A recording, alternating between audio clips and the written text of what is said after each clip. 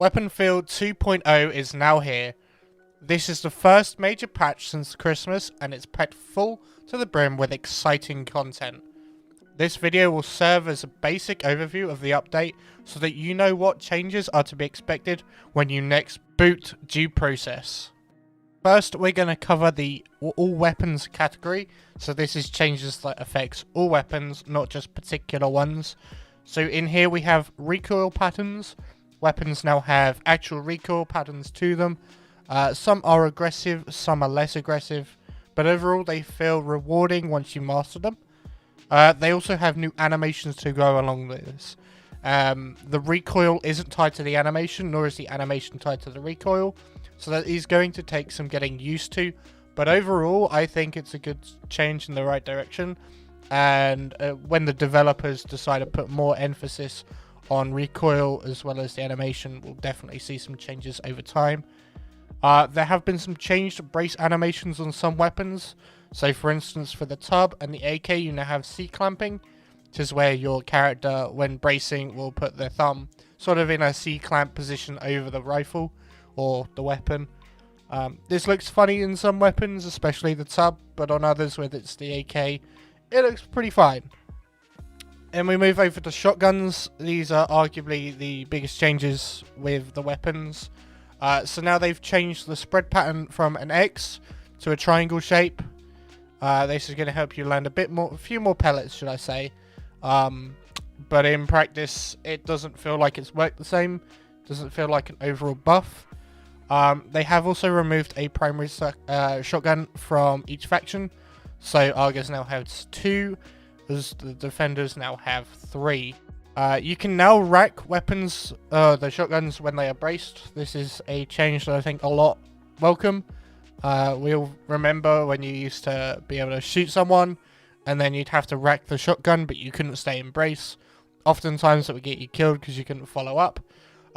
This has also increased the rate of fire slightly on the shotguns, so you'll notice that you'll be able to put out a second shot a lot quicker. There is also, to go along with this, a slight damage revamp to the shotguns.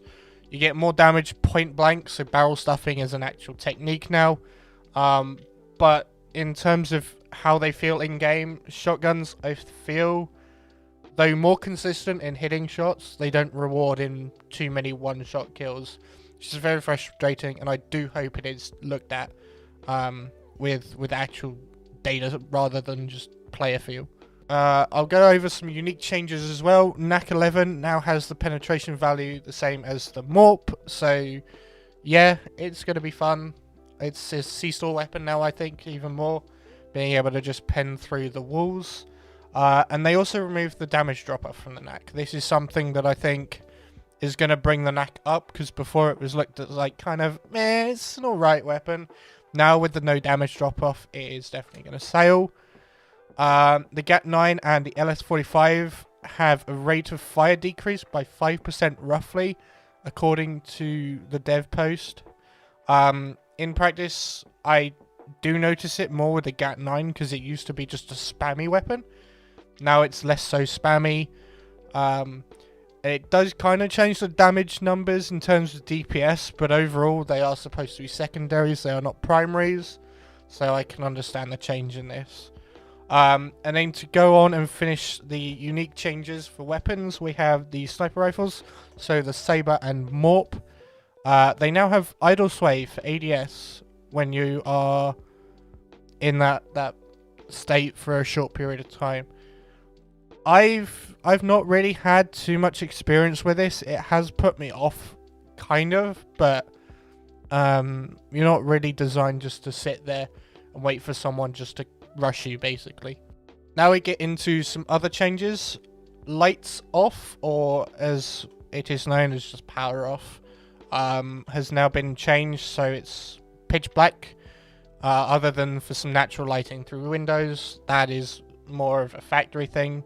It's really atmospheric and really lovely to look at, so that means envies and flares are going to be more important. They did add an extra flare back over Christmas. We lost a flare, not sure why, but they've now added it back, so there's now 4 flares. So ideally 2 for C-store, 2 for factory. Wall bangs, you no longer receive a hit sound notification when shooting through walls. This is something to combat the heavy spray meta that was on Kill House, as well as removing the headshot multiplier through walls.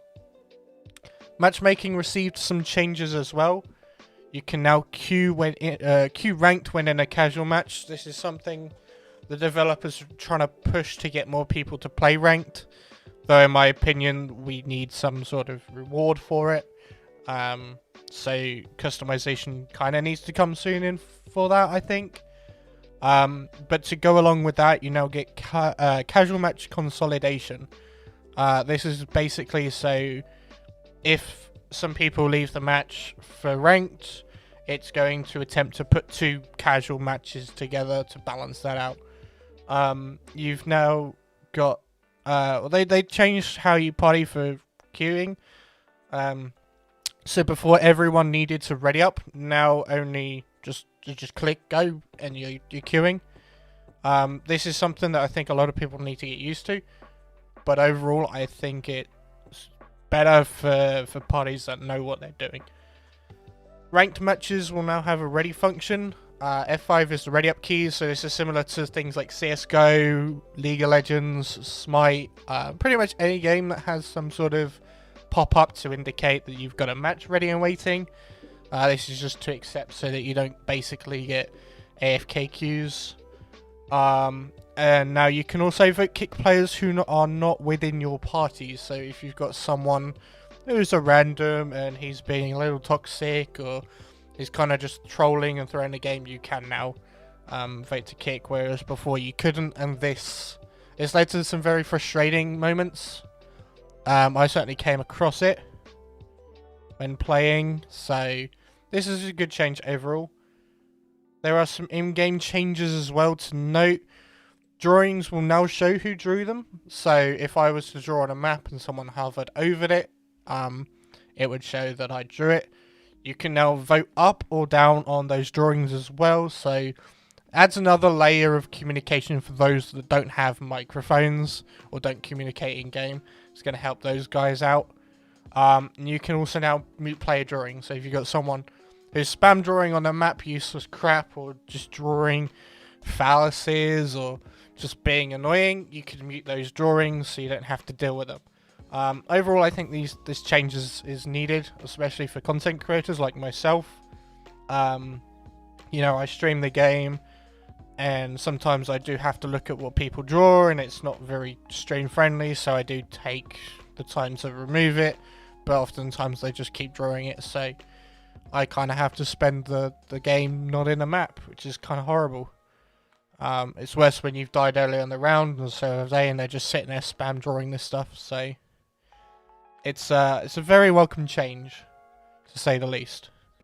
To go over my thoughts and opinions on this update, it's welcome, it's needed, for sure. There is a lot of bug fixes in there as well, so expect your optimization improvements as well, so you're going to be seeing a few more frames here and there, loading times a little quicker.